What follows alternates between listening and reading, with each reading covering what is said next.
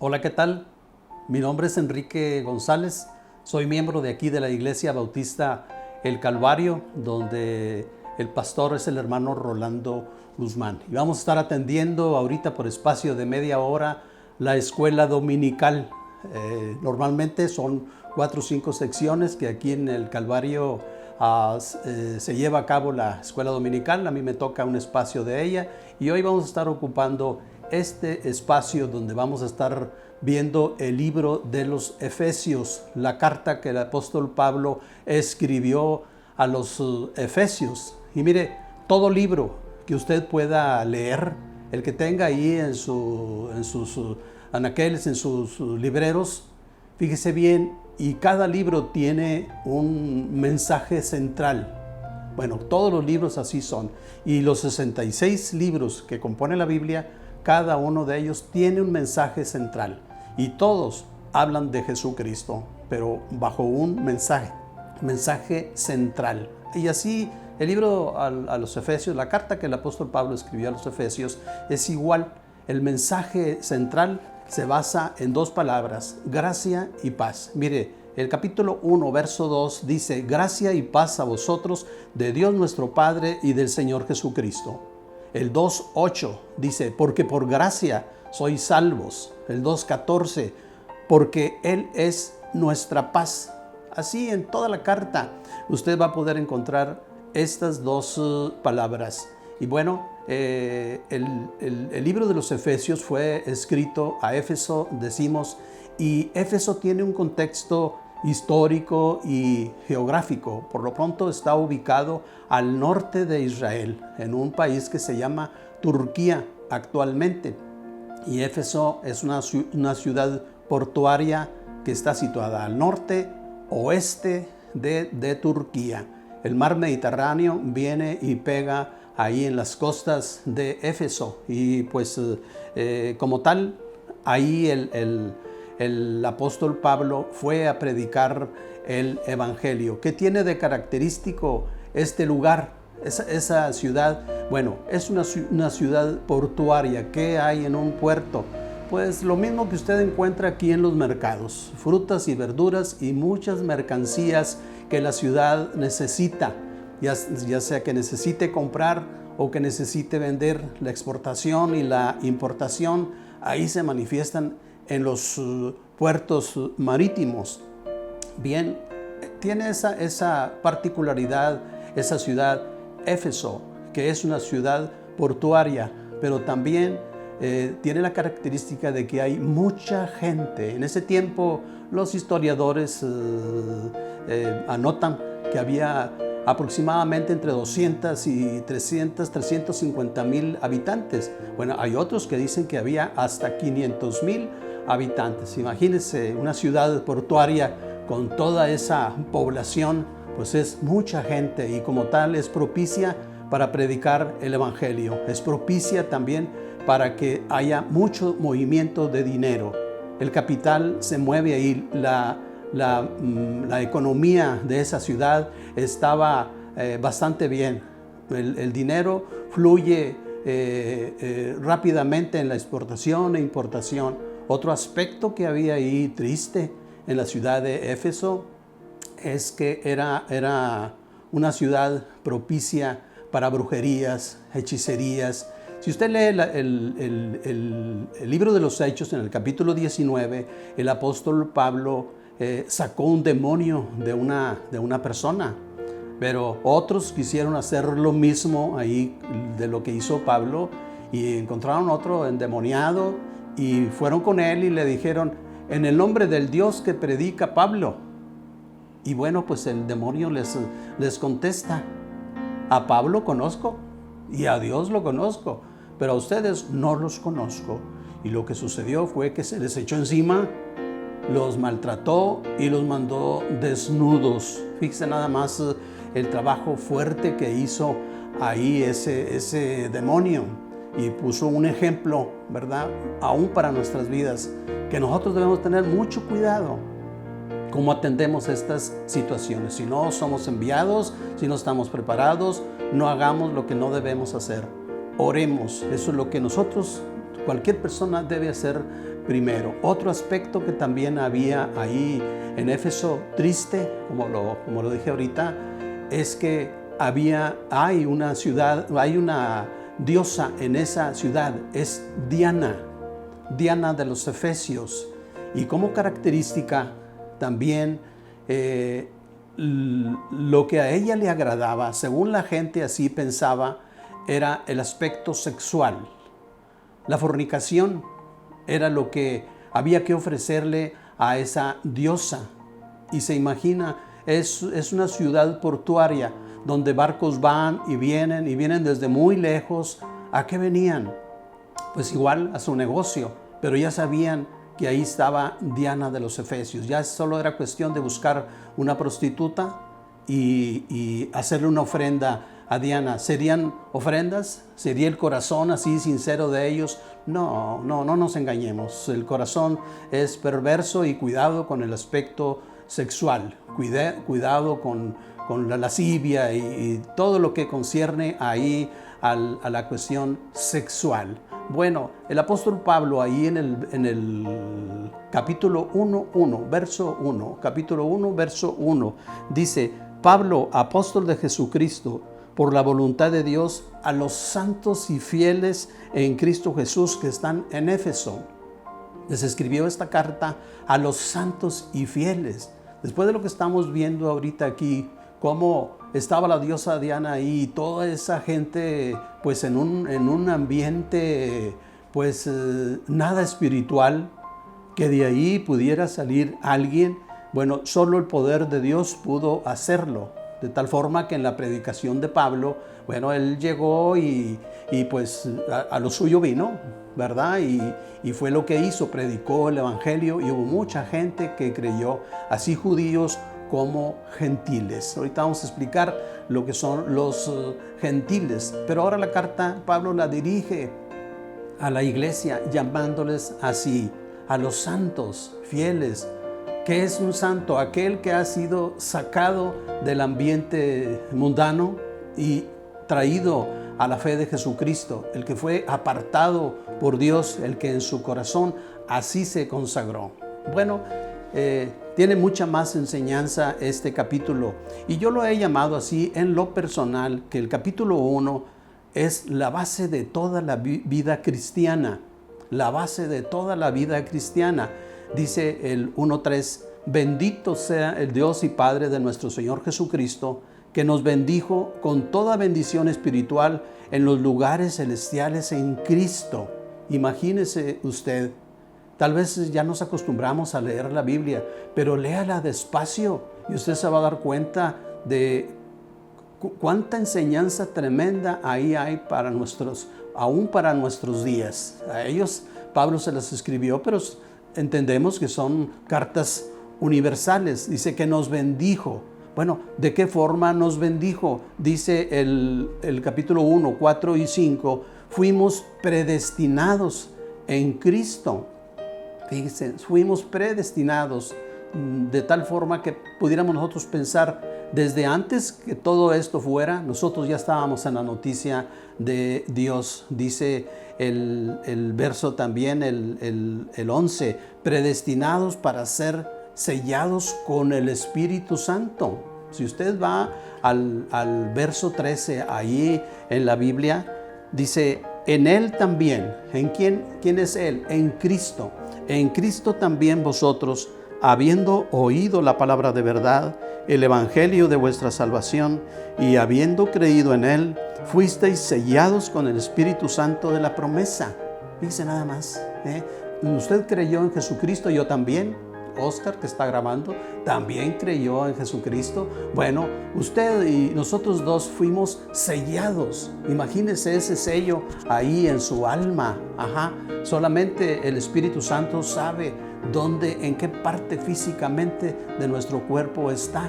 Pero ahí está la distinción de Dios. Fuimos sellados con el Espíritu Santo.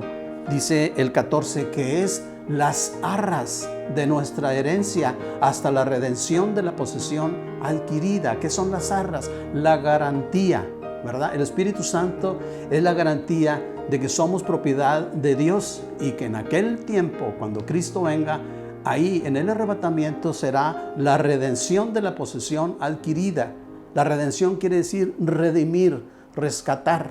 Cristo va a venir a rescatar, a tomar lo que es suyo, lo que Él ganó con su sangre ahí en la cruz. Bien, pues enmarcando este capítulo, podemos decir que nuestra salvación no es un derecho. Nosotros como cristianos no tenemos ningún derecho, no podemos reclamarle a Dios, sino que no es un derecho, sino un privilegio que recibimos por el amor de Dios a través de Cristo. El Evangelio nos fue dado y de ahí nosotros en cascada recibimos muchas cosas. Hay muchos atributos que Dios nos participó, ¿verdad?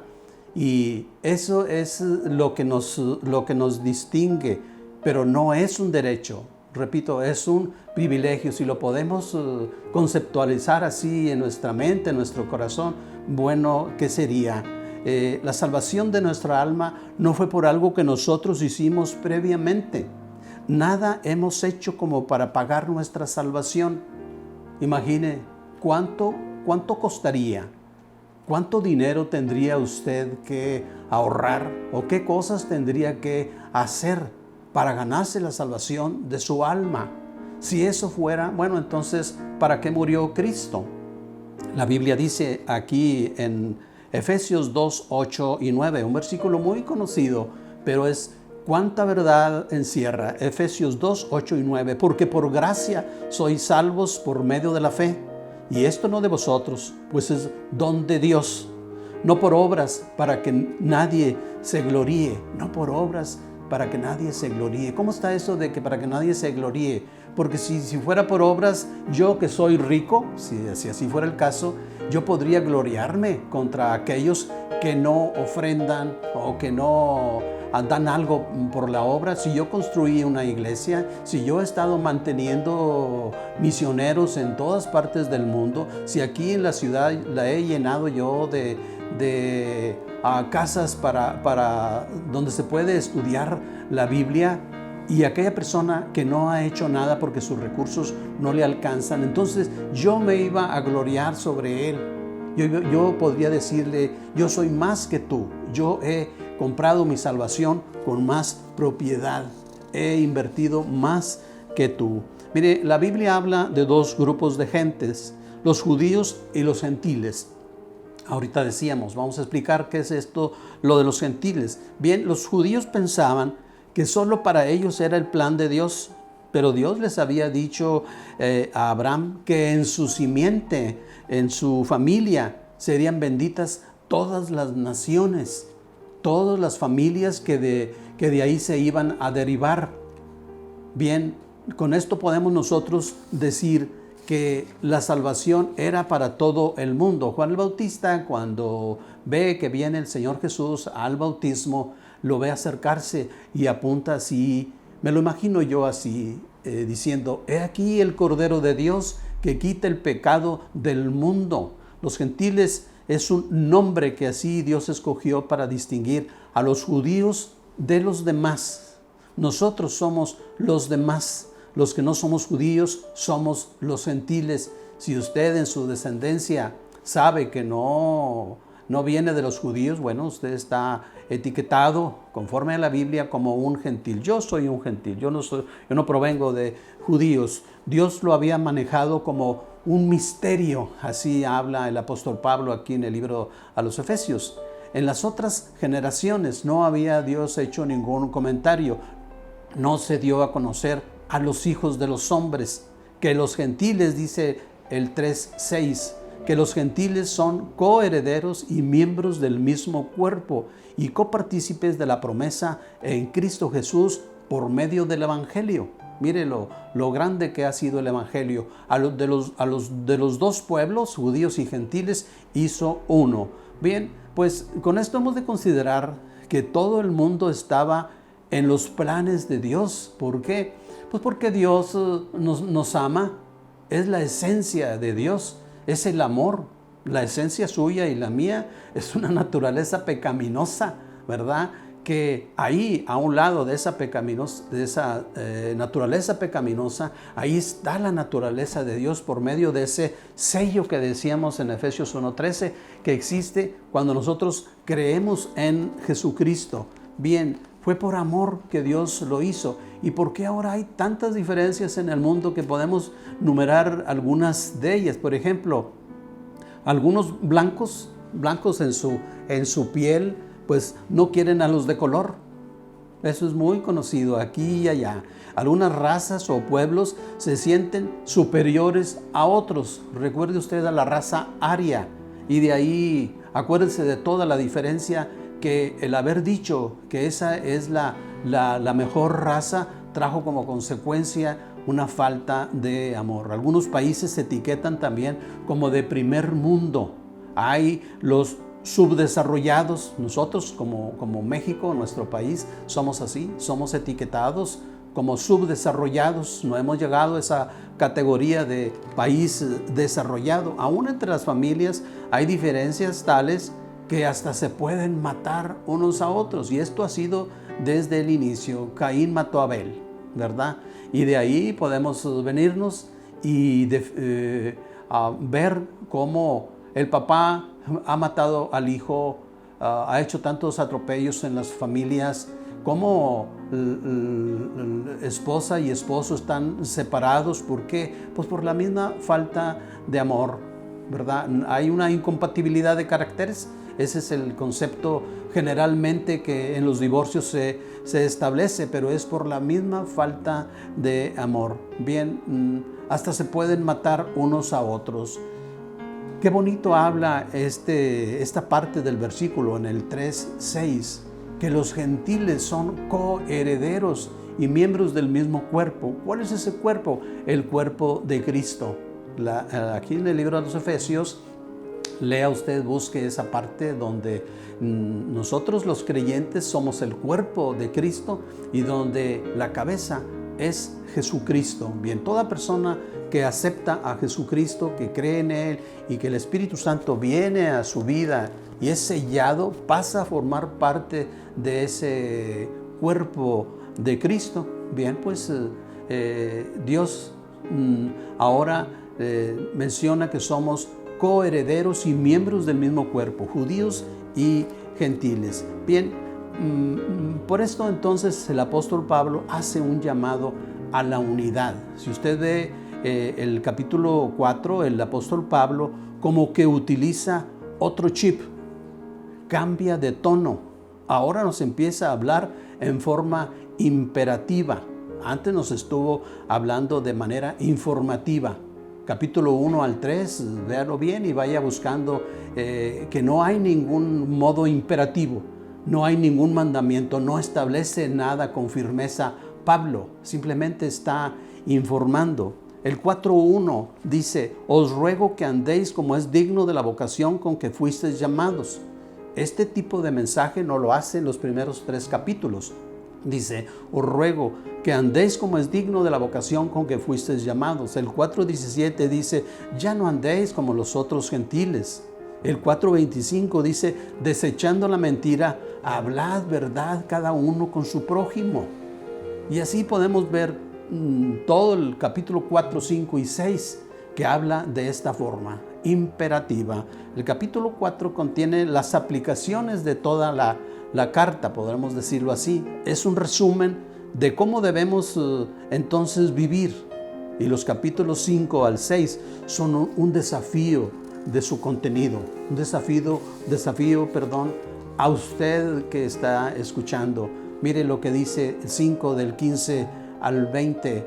Mirad pues con diligencia cómo andéis, no como necios, sino como sabios, aprovechando bien el tiempo, porque los días son malos. Por tanto, no seáis insensatos, sino entendidos de cuál sea la voluntad del Señor. Ponga atención en la forma en que Pablo nos habla. No os embriaguéis con vino, en lo cual hay disolución. Antes bien, sed llenos del Espíritu, hablando entre vosotros con salmos, con himnos y cánticos espirituales, cantando y alabando al Señor en vuestros corazones, dando siempre gracias por todo al Dios y Padre en el nombre de nuestro Señor Jesucristo.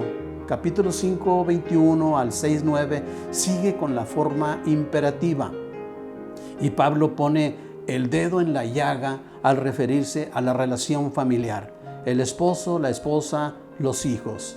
No me ha de negar que pues es un aspecto donde en muchas familias, y déjeme agregarle algo, en muchas familias cristianas existe una gran área de oportunidad. Ahorita hablábamos de la incompatibilidad de caracteres, ¿verdad? Aquel amor que nos profesamos en un principio, al poco tiempo desapareció. Fue cuestión de años, algunos fue cuestión hasta de meses, ya no se soportaron y vino el divorcio.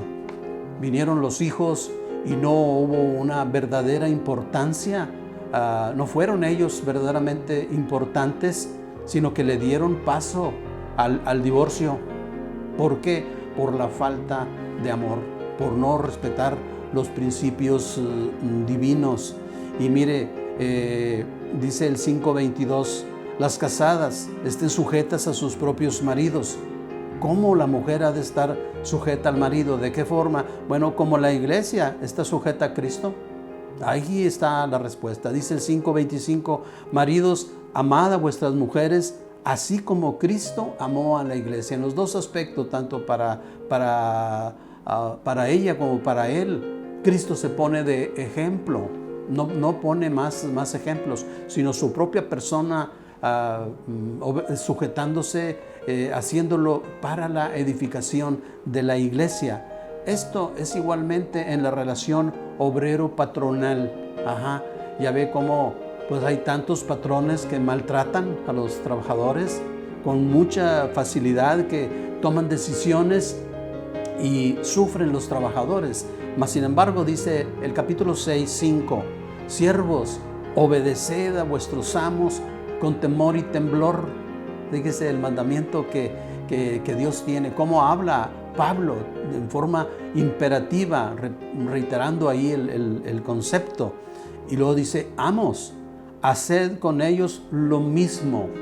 ¿Qué es lo mismo? Bueno, pues con temor y temblor. No porque tú eres el patrón, pues puedes hacer y deshacer con ellos. No es así. Dice, añade Pablo, sin amenazas. Dice, sin amenazas. Y ya como se oye ese concepto. Te voy a correr. Pero mire lo que dice la Biblia, con temor y temblor. Si usted como patrón va a desocupar a alguien, llámelo a su oficina, no lo amenace y hable con él y dile, mira, pues hasta aquí llega tu relación patronal conmigo, te he visto con esto, de esta otra forma y bueno, vamos a proceder así. Pero cuidado con esa falta de temor en nuestro corazón que lo lleve a temblar, que lo lleve a ese punto, ¿verdad? Así es como nosotros hemos de relacionarnos, a conectarnos en esa relación con temor y temblor.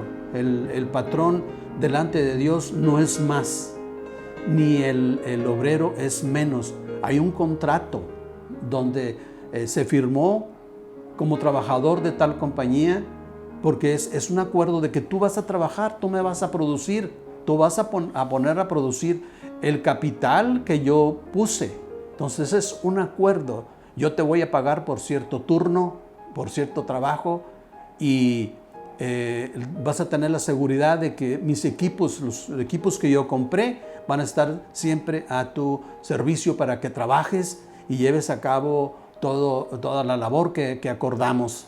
Eso es la relación obrero-patronal. Él debe de cumplir, el trabajador, con los horarios de trabajo internos, ¿verdad? La hora de la comida y bueno, hay tantas cosas que hay ahí de respeto, de buena relación con los demás trabajadores, por el mismo temor y temblor que debe haber en tu corazón. Cuidado con esos horarios. Te dicen que a las 8 llegas a las 8:30. ¿Qué falta de lealtad es eso? Eso no habla bien de ti. Si esa es tu costumbre, no estás bien delante de Dios. Hay algo que tú debes de corregir. Es un área de oportunidad que tú tienes en tu vida. Bueno, ¿cómo hemos de enfrentar a todos estos mandamientos? Lea usted el capítulo 6 de este libro de Efesios, y ahí se va a encontrar, dice en el 11, vestíos de toda la armadura de Dios. No tenemos tiempo para leer todos los conceptos de esa armadura. Simplemente vea usted el 13, dice, tomad toda la armadura de Dios para que podáis resistir en el día malo. El 6:18 dice, orando en todo tiempo, con toda oración y súplica en el Espíritu. Así debe ser la vida cristiana. Ya que conocemos estos conceptos, ahora usted simplemente ore a Dios. Sea un hombre de oración. Dedíquele tiempo a Dios. Enséñese a llevar todos sus anhelos, todas sus angustias, sus deseos en oración a Dios, y su vida va a ser diferente, ¿verdad? Usted va a ser un ejemplo para que otros que lo vean quieran seguir su vida, lo quieran imitar, y imitarlo a usted es imitar a Cristo. Gracias por haberse conectado aquí con nosotros y por este tiempo que convivimos. Dios le bendiga y le guarde. No salga de casa, cúbrase su boca.